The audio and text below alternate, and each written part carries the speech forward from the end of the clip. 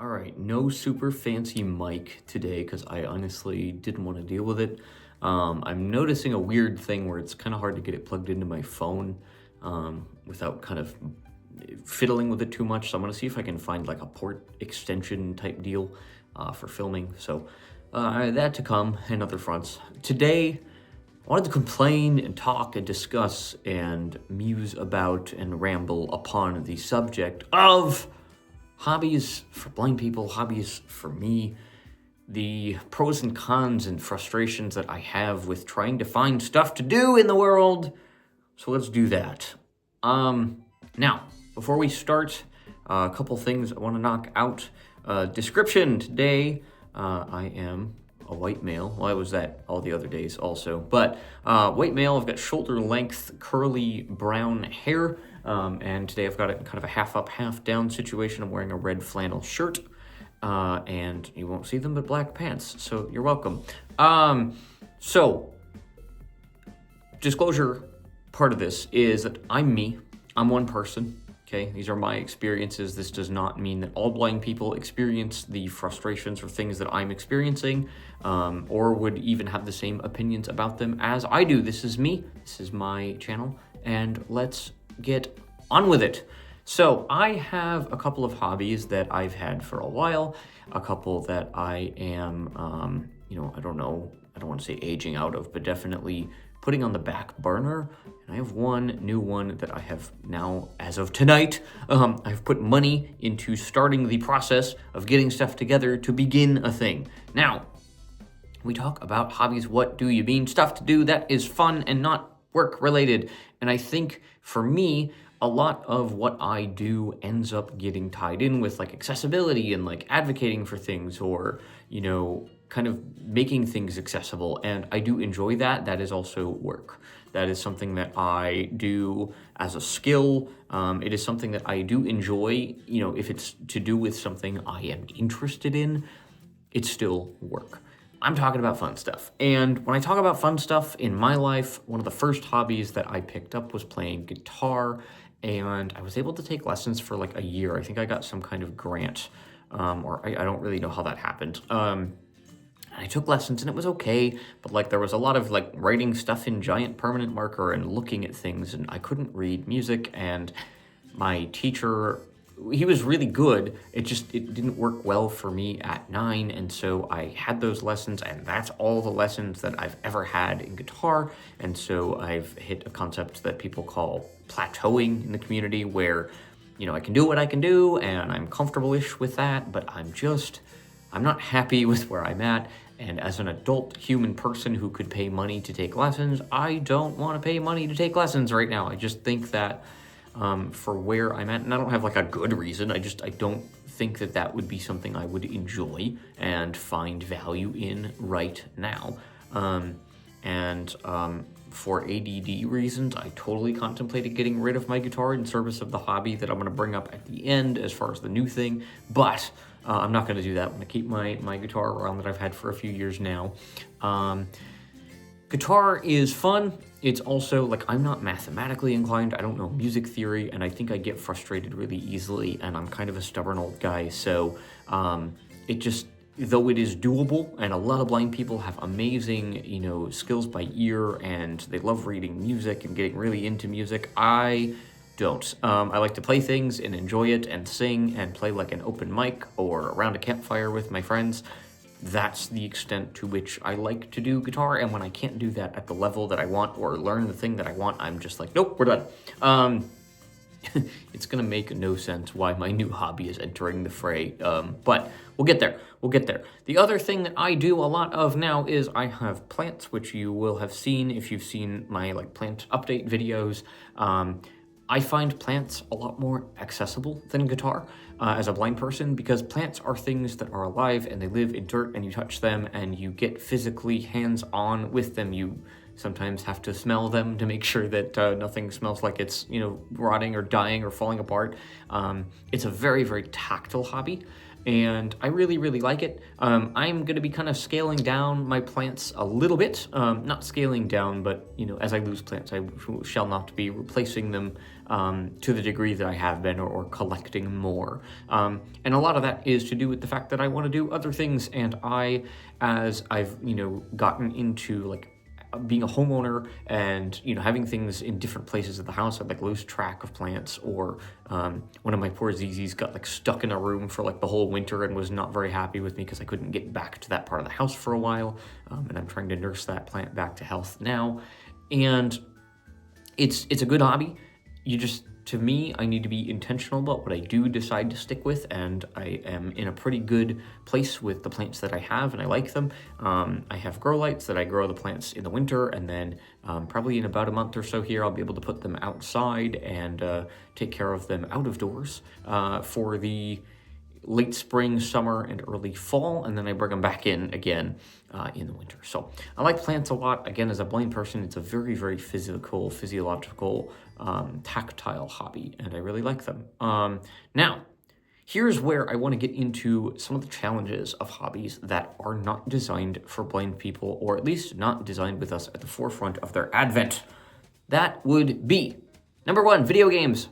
If you've seen this channel and my various forays into video gaming, you will know that I have a really tough time with a lot of aspects of games which don't have great accessibility options, and we need to make that normal, please, because it's really exhausting and disheartening to pay sometimes almost $100 for a video game and then not really be able to play it. And yeah, you might be able to say, like, get a refund if it doesn't work for you. I have to play a game for like 35 hours before I can figure out if something that a combination of the inbuilt systems and my own vision and my television and my ability to move things for myself is all going to function well enough for me to enjoy the game to the extent that I want to.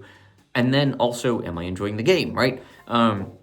It's exhausting, and I still like to game. I want to bring gaming back on this channel. There's a space to my left in here that I have in mind for kind of building out a new gaming setup. I'm waiting to see what happens with like the state of the world in terms of paying for a TV and getting a setup going. And in the meantime, there's something a lot more easy to set up. Well, not easy to set up. A different thing that I keep alluding to that I will get to at the end, which is the new thing I'm going to get into. But gaming, I love it. I just get really frustrated by it fairly often because, for example, let's take Planet Coaster, which is a game that I love the idea of, but the visual nuance of placing a rock and making sure it's not floating in the air and making sure it looks cohesive with all the other stuff that I'm putting down, I don't get it.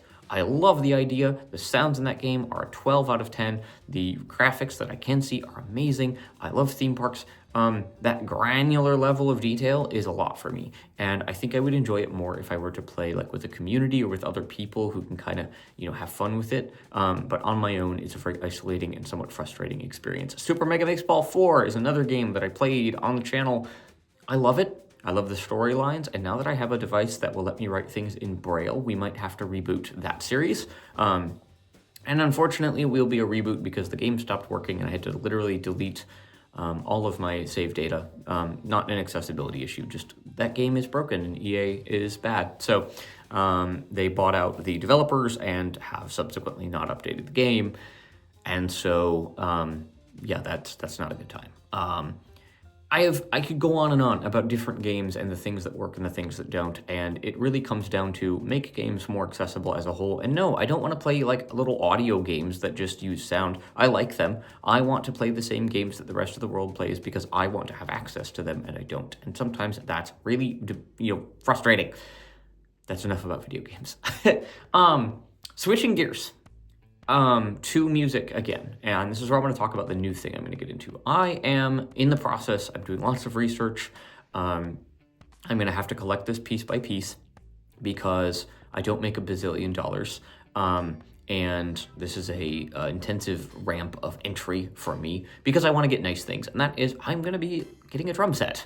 And I think what this does for me, and this is one thing I was going to talk about, is I'm not like a sport guy. Okay, I really want to play baseball.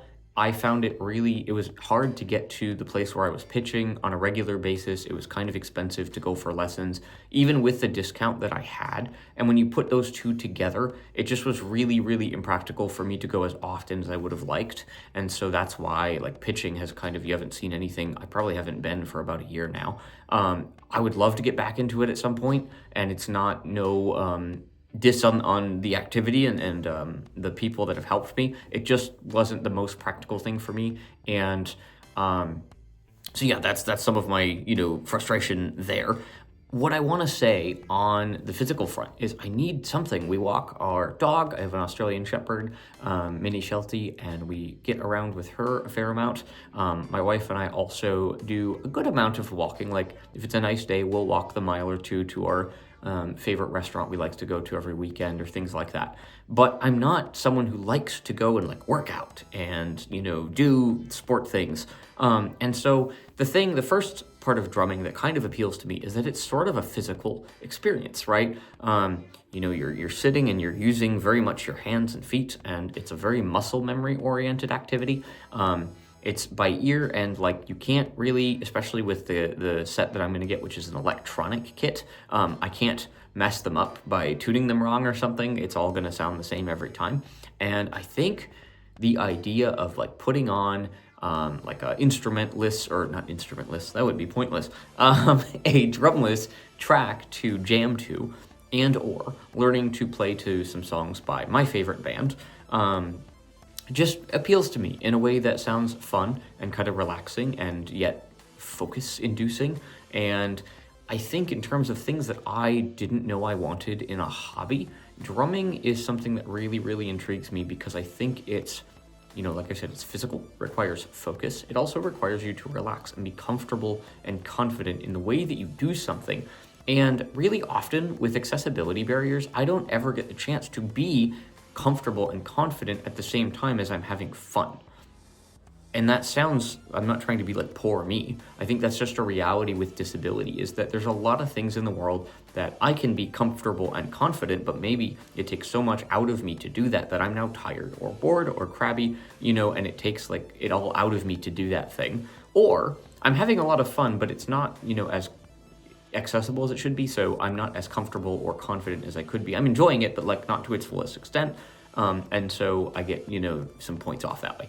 I'm not saying drumming is going to solve everything. I'm saying drumming seems intriguing enough that I'm willing to give it a go. And you know what? If it doesn't work, there's some organizations I used to work for that work with kids, and I can, donate equipment down the road if it doesn't work. But I think I also need to do something substantial for myself. We've been doing a lot of things for our house recently, and that takes a lot of time and money and effort. And my wife and I have both been talking about getting back into doing some things that are like hobby oriented. And I know the world is really bad, and I'm really lucky to be able to be in a position where I can, even over time, right, financially take a dive into something new. But I also think it's important to do those things, to be intentional. And I think I'm hoping that this might help. And there's so many other hobbies that a lot of blind people do. For example, there's a lot of people that like to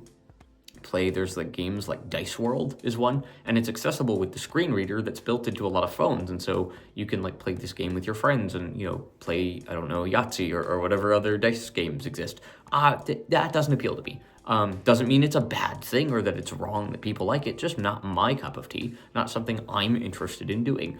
And I think what's interesting is trying to document, talk about, find hobbies is a lot harder than you would think for the world that we live in, being as accessible and yet as inaccessible as it is. Even the drum kit that I'm looking at buying has a module or little, controller that has a mix of like a visual screen and physical buttons. And I need physical buttons. I'm blind.